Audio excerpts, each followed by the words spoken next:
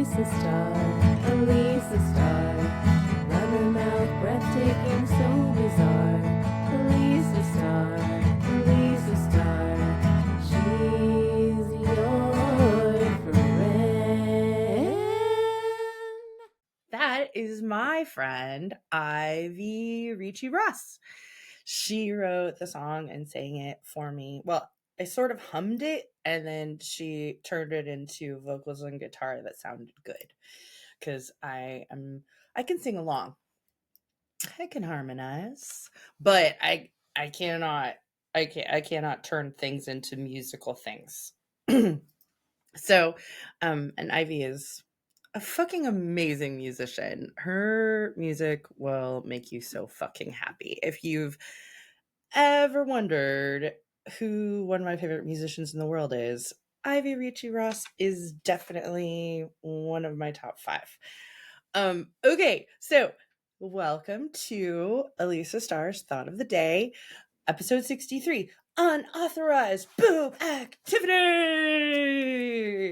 As some of you can see, I'm trying to do a video thing where I record video and audio at the same time and then I distribute them.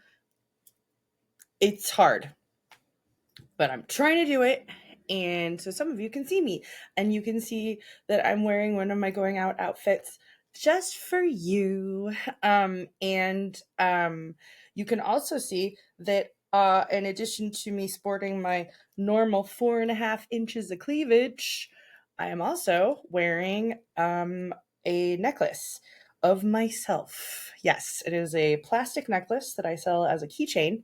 I wear it as a necklace. It's 4.5 inches long, the size of my actual boobs, and most of it is boobs. So it's I don't sell them. I don't sell them very frequently because my sales pitch goes like this. I'm like, you get the my cards or my stickers or my magnets are $8 each. I did raise my prices a little bit. $8 each or 3 for $20. You do get a free motorboat with a $60 or more purchase.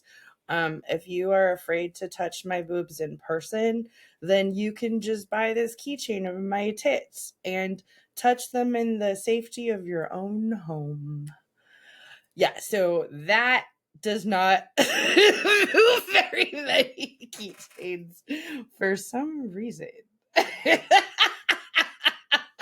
Insulting people before they buy a picture of you does not always work, but it does get a good laugh. So I don't know. I feel good about it, even though I'm poor. I'm funny. um, so you can buy this on my Etsy store or my snarkycards.net or text me and I can mail one to you. They're $20 each. You'll never lose your keys again. And why would you want to? Like, once you possess me, don't you want to touch me all the time? It's like it's a version of me that everyone can enjoy. I don't talk back at all. If I had thought of this as a child, a lot of my trauma might have been erased. Because I think we all know the source of my childhood trauma is that nobody could deal with my mouth, which is why I try to lean into it now, to try to make a living with it now, just to try and uh, my inner child wants to tell everyone who ever told me to shut up to fuck off. So that is probably also why you were enjoying episode 63 of the podcast. Okay, so I've been starting my days with this wonderful feminist rage, and it's usually me, like, just Bourbon is my favorite, right? And she goes through am I the asshole stories from Reddit of women explaining why they've left men or what happened, why they left men. Actually, no, that's it. That is the whole thing. It makes me feel so good. It makes me feel so powerful.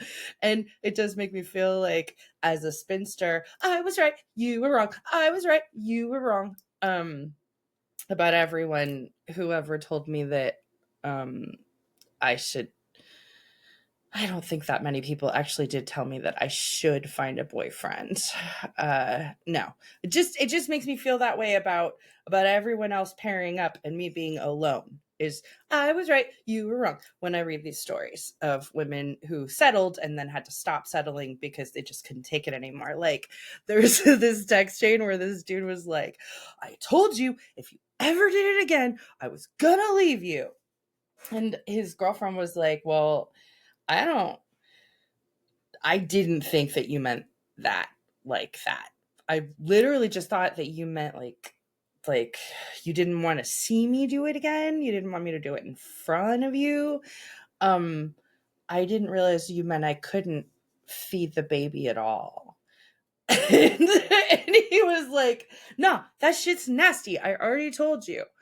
And so which says to me, she's already had one kid by this guy. And he's already thrown this temper tantrum once. She's like, "Okay, but the breast milk is better for the baby." And literally, like there are a lot of stories of women who've been told by hospital staff that like they're starving their child if they give it regular food that is not breast milk. Um that's not that's I mean, women get treated shitty by every single person they interact with at the hospital, is kind of a side note there. But also like there's a lot of pressure for new mothers to use breast milk. um and it's true, there are some really great antibodies in it and it's very helpful. But uh yeah, he was like, "Well, I'm not coming to pick you up."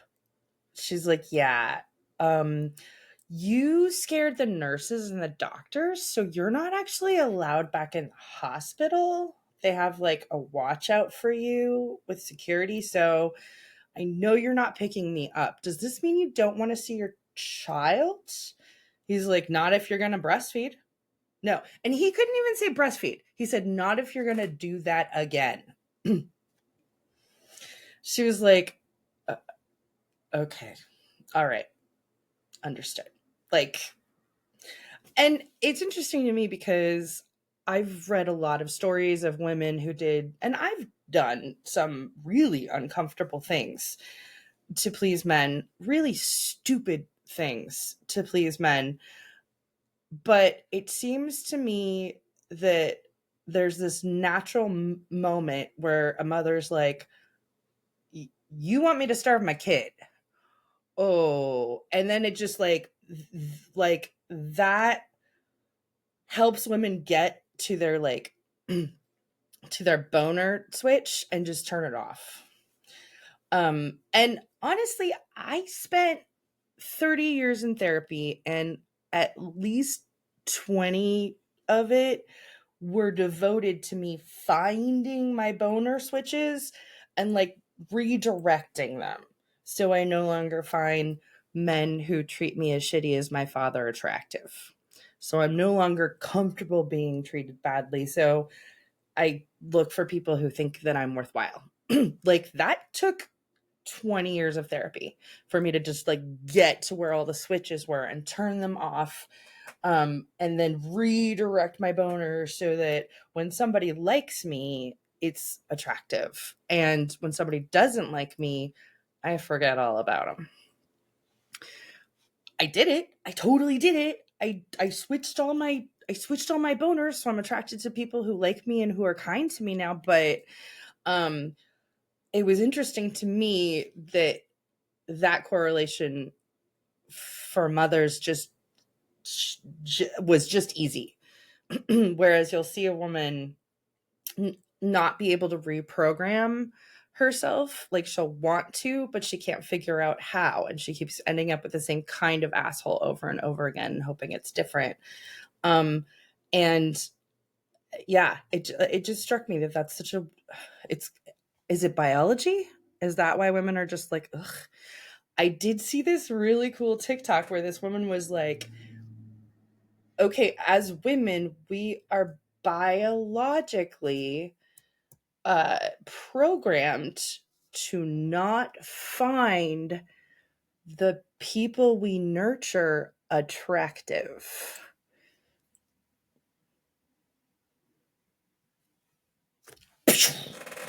like, oh yeah, that's why as soon as I start to take care of someone, as soon as I I start to have to explain to them how to do life, my boner goes down. And that's why a lot of women get into these marriages and then realize they're married to man babies, and then their boners go down. Sorry, I shouldn't do that. That's not, their boners go down. That's not really how lady boners work, I know, but it's a handy visual. So men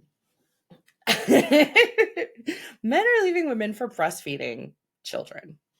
They get grossed out and horrified and embarrassed when we do things that are not about sexually pleasing them.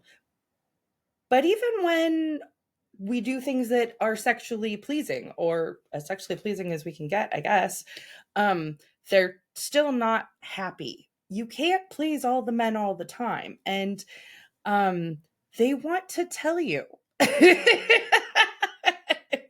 So I started naming some of these phenomenons so that I could just understand the processes a little bit better in my head. And I think it's going to help you out a lot. I always dress like this. I've been dressing like this since I started buying my own clothes, even maybe a little bit before I started buying my own clothes. When I was like 15 or 16, I would always try to dress like this. I've been wearing lingerie for as long as I could as clothes.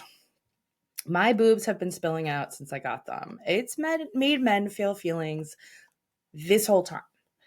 And, you know, the thing is that this is how I like to present in the world. I think that every single person, when you get to know them, you understand that they feel good when clothes touch or don't touch them in certain places. And we all just have different, I think, like sort of clothing biology like that, where like I had a best friend for a while who always had like rubber bands around their neck and just like thick ass, like hundreds. And I, or handkerchiefs, just always something around the neck, right? I had another friend who you never saw their boobs, but their midriff was always out, you know, and you know, you can picture all of your friends, and some of them are comfortable in a lot of different kinds of clothing, but everybody kind of has a favorite when they're at home, how they feel, like when they're not paying any attention, like what they want to be in all the time. And this is it. My boobs, I want out. I do not want anything around my neck ever. Nothing closer than this. This is as choky as I get. I'll wear a scarf, but I have to be able to get it off quickly because I overheat if my boobs are covered up. Sometimes I wear shorts, sometimes I wear a dress on the bottom, but boobs out, you know. But curtain, usually I have a butt curtain on, usually to cover up, because and this is more like, this is where my superpowers come from, my boobs. I have always felt like since I was 9, since I got these boobs, I have wanted to just, like, this saying has just like risen up from within me, and it goes, look at my boobs, do what I say.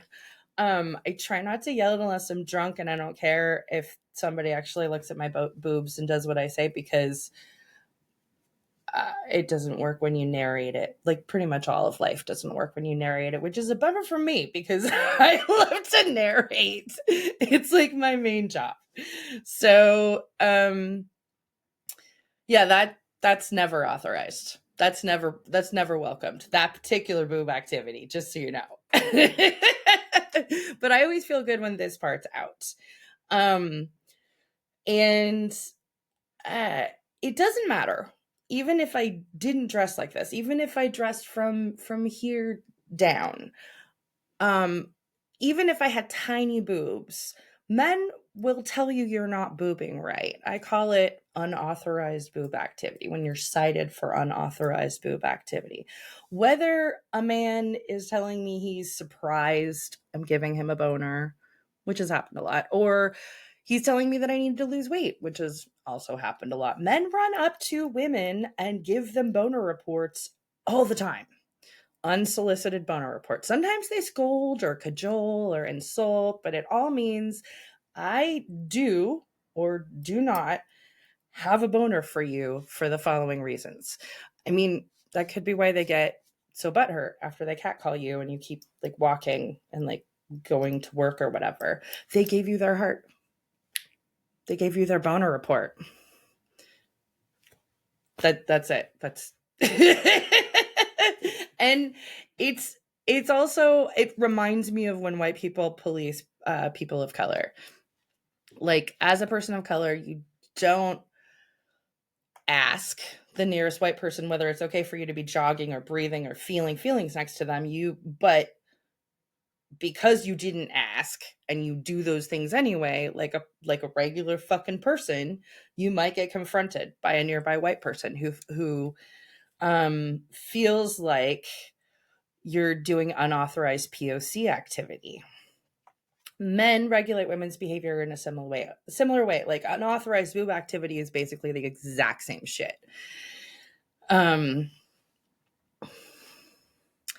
White ladies do get upset when people don't ask our opinion before they do shit.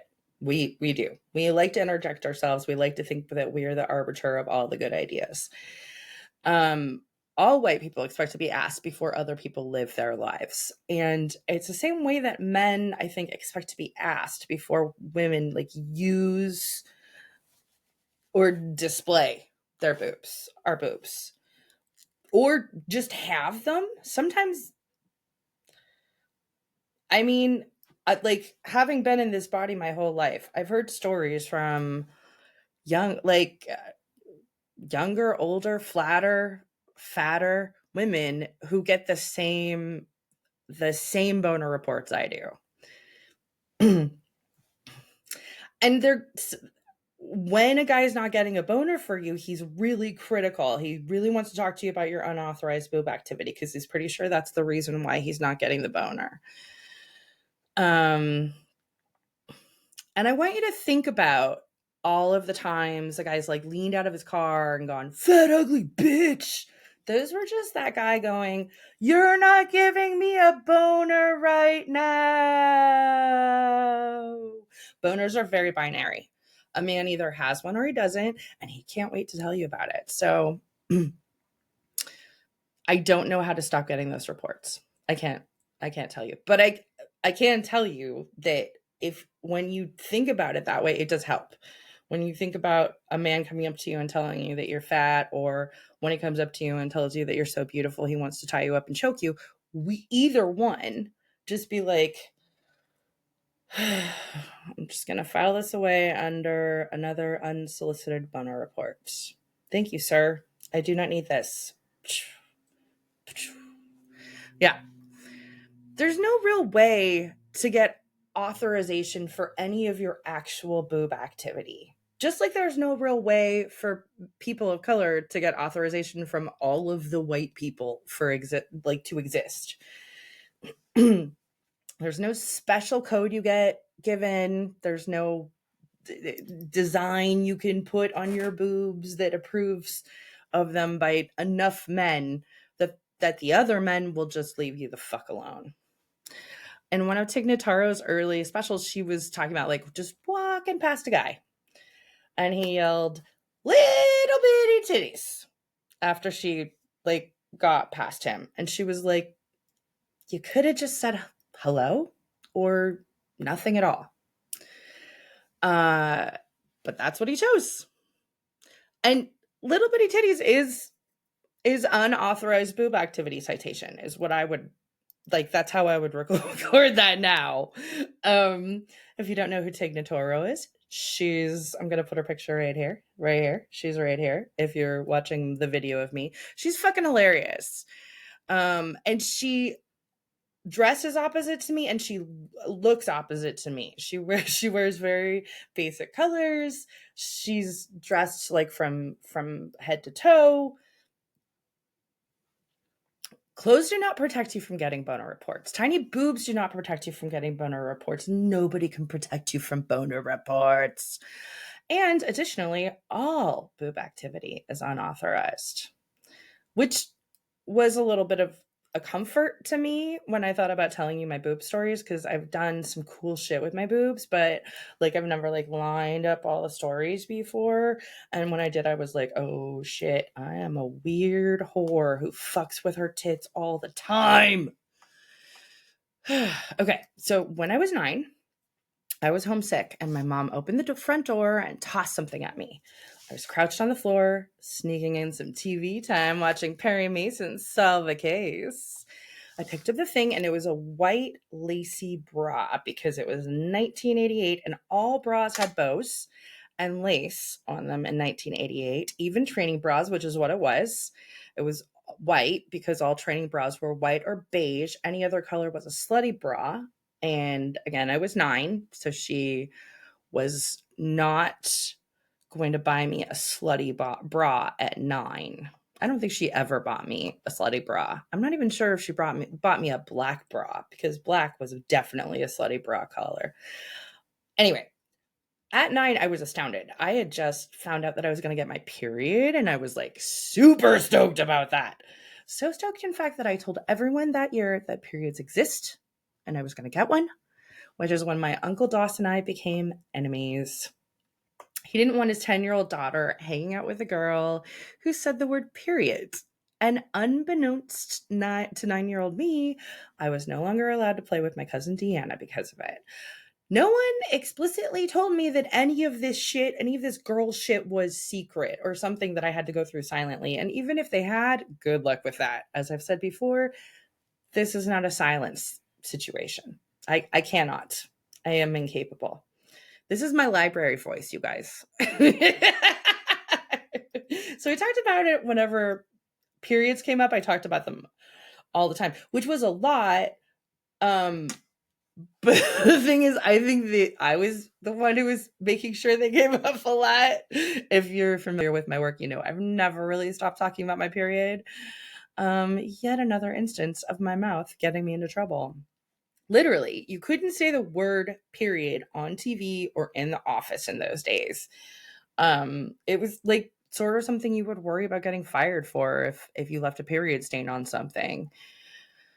I would have been obsessed with boobs before I got them, but I think I got them before I thought about them. I mean, when she gave me the bra, I'm sure it's because she saw my boobs like wiggling under my shirts and she wanted me to like cover up. She didn't say that. She just said I needed it. And my mom had an A cup has an A cup her whole fucking life. So she told me as a child that I needed to wear a bra at all times, even in my sleep. And that big boobs always needed underwear or they'd underwire or they'd sag. So I wore bras at night until I was 25. I didn't give up the painful underwear until I turned 42. And then they stabbed like all these like skin tags into my armpits. Yeah, sort of gross. It's something I try to explain to small boobed people. They don't really get it. I'm like, no, you don't understand. Like, you're saying that you would like to have my boobs for a day, and I'm explaining to you that my boobs come with stabbing. And I'm not even sure that the underwire did anything to keep my 46 double D from gravity's desperate embrace. I think they were just like another lady thing that hurt my body until I gave it up. In 3rd and 4th grade, and up until my early 20s, my tits were like what I now think of as small. A cup in elementary school, B cup in middle school, and C cup in high school. D's in my early 20s. And I'm still a D, but like the deal is with sizes. I don't know if you know this, but the size of your rib cage also expands the size of your cup. They assume that fat ladies have big boobs in America. If you want to get like a small band and a big cup, you have to go to Europe. I've heard rumors about those bras. They're, I think they're more like big bra. Like to get a double D bra in the 80s and 90s, it cost maybe $50 and you had to order it from a catalog. It only came in beige. They did not look good. My best friend, Midge, had double D's in middle school, and those tits came with bullying. Boys were always asking her their size, snapping her bra strap, begging to see them, asking her nipple size. Side note, why are men obsessed with nipples? I've had no less than 100 men ask me about my nipples in my adult life. I'm not always, well, you're right. I am kind of always wearing this shit. But this is the deal. I'm giving you 4.5 inches of fucking cleavage right here. You want me to describe my nipples to you now? Okay, so you're right. I was wearing something slutty. But these guys didn't even wait to get to know anything about me. They just started asking nipple questions right away. And like, if I liked any of them, I would have shown them. It's just so greedy to try and map out the whole fucking boob. So in school, boobs weren't really just like my problem because I grew up in a Christian cult.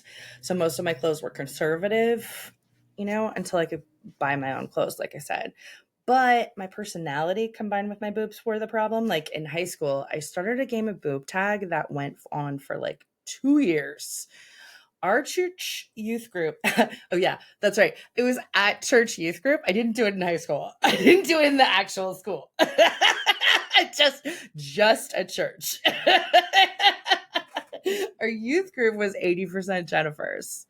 So like literally it was like me and a dozen Jennifers like running around the church, panting and giggling and covering our boobs with one hand and sticking the other one out, trying to grab a Jen tit with it. And then the 3 boys that were there just watched us in the back, hands in their pockets, terrified. Our youth group pastor, Brian, had no idea. When he finally found out what we were doing, he decided that it might be a lawsuit. So he wasn't allowed to say the word boob. So he had to say, "Stop playing that game." You could tell we'd stopped when the giggles died down and we all caught our breath.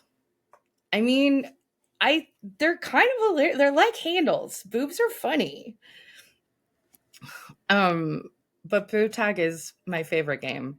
I don't know where I learned it, except the only thing I can think of is something that I might have played at home with my mom and my sister. I don't remember it, but boob tag, you're it, and then you reach out and you sort of like lightly slap a boob. Just sounds like it comes off the tip of my head really easy. I got in trouble at church a lot. I got in trouble for dancing to the church band. And then as a 13 to 15-year-old, 3 different adult women took me out for lunch to tell me that I was hugging their husband/boyfriend/love interest too hard. They were upset because their grown-ass men were getting hard-ons for me and they wanted me to change my behavior. Talking to the grown man never occurred to them. In fact, it was understood that this is something that like Christian women do for their men, is protect those men from their natural urges, from the slutty teenage girls. That's just part of loving the Lord, And they never told me not to talk to those men about those conversations, but I knew enough to keep my mouth shut and avoid those dudes in the future not because I was afraid of grown men getting hard-ons for me. As far as I was concerned, growing up in the church, it was and as a woman, as well, growing up in the 80s and 90s, even now, it's my job to be pretty. That's something that I just grew up thinking. It doesn't help that my mom is who my mom is. Sherry bought me and my little sister, I think I was 11 when she started buying us makeup. And she told us that we had to put a face on before we left the house. So I always had a full face of makeup, like since I was 11 years old. Um, so yeah, I did think it was my job to be pretty. So giving those adult men hard-ons didn't seem like I was doing anything wrong to me. It just seemed like I'd gotten caught by the wrong ladies, and I'd have to be a little subtler in the future, being a whore, being my natural whore self, or just being pretty, which was my job. And this usually they would tell me something about themselves, because that's the other thing, is that people, like, part of the reason I started Snarky Cards is that people will just, since I was little, like, uh will just tell me things about themselves. And I've heard it's because I am really universally accepting, because I just don't give a fuck what your deal is. I just want you to be honest, and I'm interested. So they would tell me things about themselves in order to bond. And then I would spread all that shit all over church, because fuck that shit. They called me a fucking whore. And also, I'm a teenager and their adult men are creeping on me. Not my problem. So I always get vengeance with my mouth. That's just the deal. I grew up going to church 3 times a week. By the time I was old enough to get a job, I realized that working was a reasonable excuse for not going to church. And by then, the game of boob tag was over. The Jennifers and I didn't have much in common. They wanted to make the Lord happy. I wanted to be a lip slut, drink booze, and write slam poetry. Obviously, that's not something.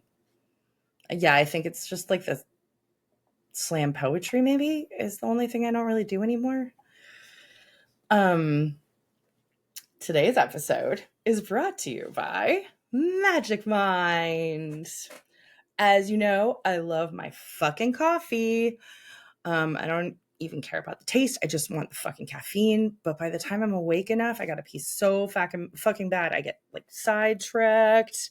Then I have to come back here, and I gotta start the whole thing over again. But Magic Mind makes these little shot bottles of yummy green energy. One shot will keep you and your brain just going for 8 hours. It's matcha. I never know how to say that. Usually I hate the taste of tea. This one just tastes like a smoothie. It's awesome. And it's good for food allergies. I have a ton of food allergies, but it is it's got no sugar. It's nut free. It's vegan. It's keto. It's paleo friendly. It includes vitamins C, B, and D. And it's got ashwagandha, turmeric, lion's mane, and cordyceps mushrooms in it. So they're not the fun kind of mushrooms. I mean, they'll reduce your inflammation. They won't get you high. They won't help you see things. But in this heat wave right now, I don't know about you, but my broken legs have swollen up. And so anything I can do to reduce that inflammation is huge for me. So having this at the beginning of my day keeps me going, and it keeps me able to stand. It also reminds me that inflammation is the source of most pain. So when I do the shot, I think about, oh, okay, I'm going to need to ice later, because this shot will last me for 8 hours. And then after that, I'm going to need to do some other stuff to reduce the inflammation. The discount they're offering you, my listeners, is fucking off the hook. Go to magicmind.com and get 56% your first subscription, or 20% off a one-time purchase. That's magicmind.com/thought of the day. THOUGHTOFTHEDAY. If you already have a subscription, then you get it. And you get an even bigger subscription when you use this discount code to get the 56% off your next order for Knowing Me and Magic Mind. Use the discount code Thought of the Day. Again, THOUGHTOFTHEDAY. Unauthorized. I'm really glad they asked to sponsor this episode. It feels really good to have a group of people who believe in me and want to hear more of my ideas. So again, if you need more brain power or caffeine that doesn't cause inflammation, go to magicmind.com/thought of the day and use the code thought of the day to get that 20% off. THOUGHTOFTHEDAY. So by the time I was in my early 20s, I realized that I love my boobs more than anything in the world. My butt is like a 90s big screen television. It's enormous, shelf-like. It's got a weird dent in the side. And it's a white girl's shame. It took me like I like big butts, and I cannot lie, I came out when I was 13. And by then I was already ashamed of my giant ass. And that didn't start a wave of people loving big butts. People didn't actually. Sir Mix-a-Lot was weird for that.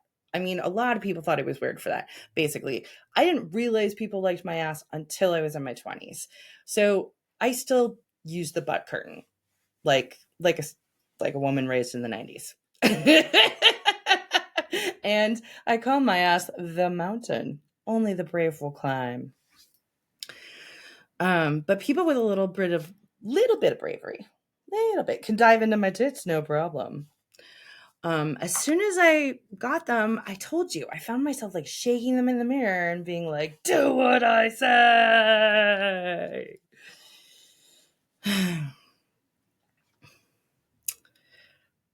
I've had strangers rush up to me in the street and try to stuff my boobs back into my shirts, or customers scold me for shaking my tits when I'm selling my cards.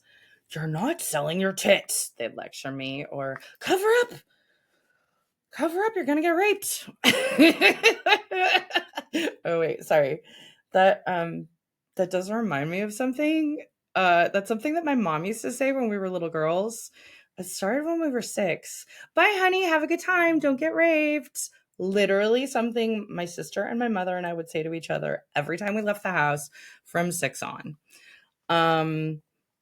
Just I guess I forgot.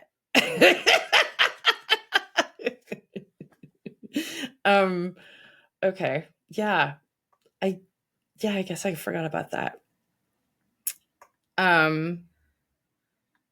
When I was 43, something else weird that happened. My perfect symmetrical boobs were catastrophically changed.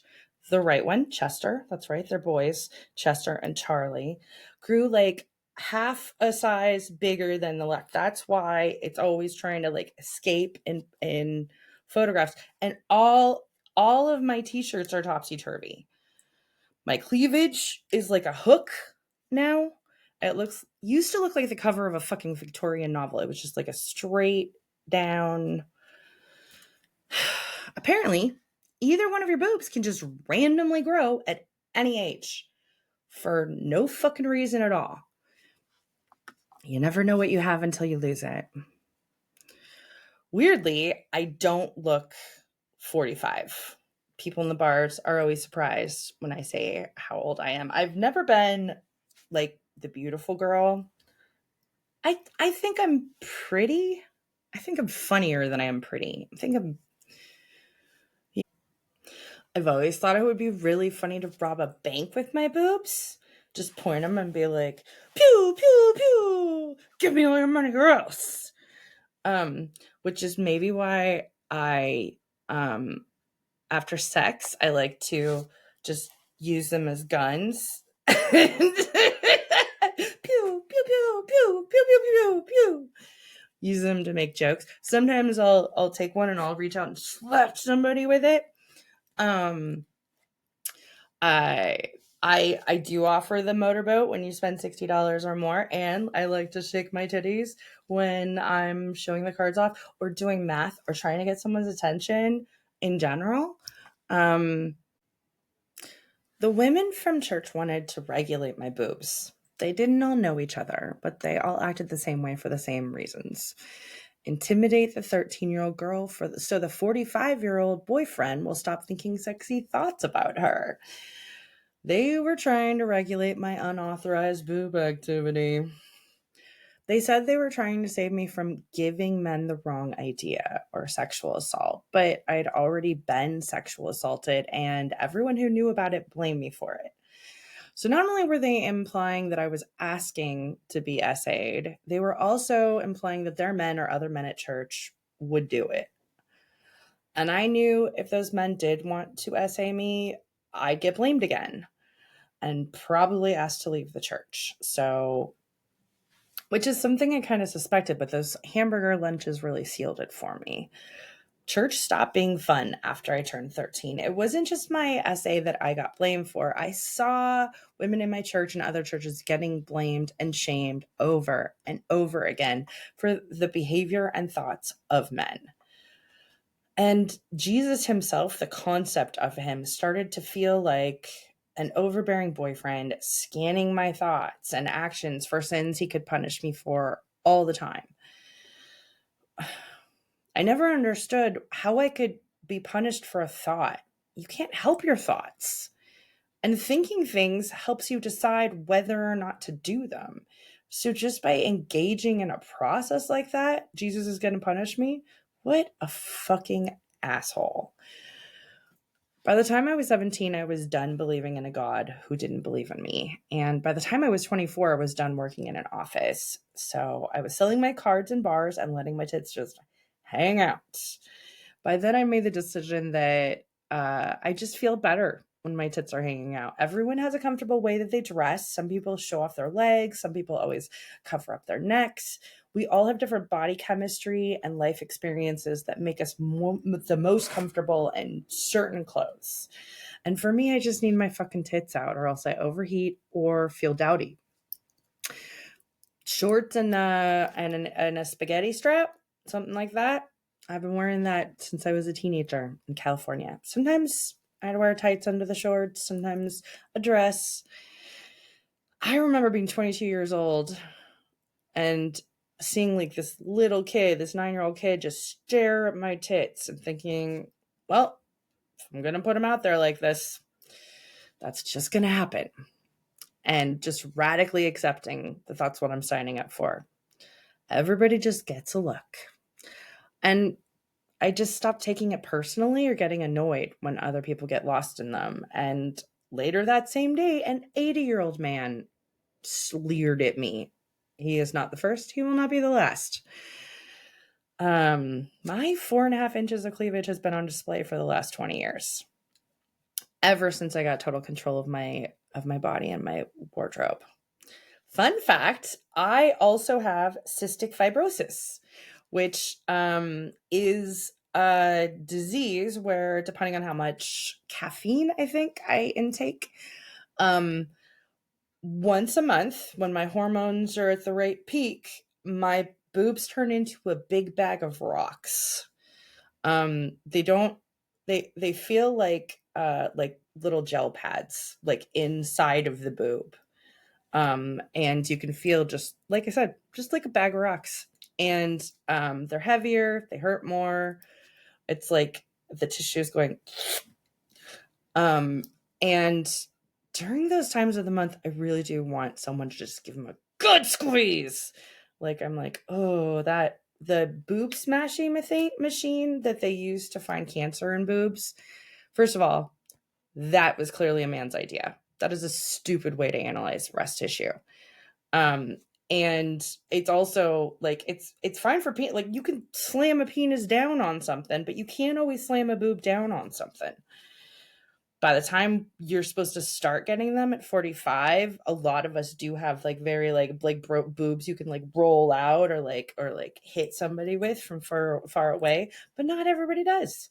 Like, okay, so the boob smashing machine, I do think about it though. When I get the box of rocks or the bag of rocks thing, which is what I call it, because cystic fibrosis sounds gross and bag of rocks is adorable, I think. Now that I'm older, I can't hit boys further away with my tits. I like after sex, I like to go pew pew pew pew pew pew pew pew pew, and then I like, which is like my intro to like, oh, we're gonna play with my tits now. You can play with parts of your body if you want to too, but I'm gonna start throwing my tits on things, and I do. I have caused some black eyes, and I am sorry about that. I just turned 45. So I love that I'm making people look at these old ass tits while I make them look at my art. I also love that I still use my boobs to stun people into looking at my art. I sort of always wanted to try and rob a bank with them, but I don't think my cleavage would hold attention for that long. No matter what kind of unauthorized boob activity you have in your life, I hope it cracks you the fuck up like my boobs crack me the fuck up. I hope that you are enjoying the breasts that you have been blessed with. See you guys later. Alisa Starr, Alisa Starr, blabbermouth, breathtaking, so bizarre.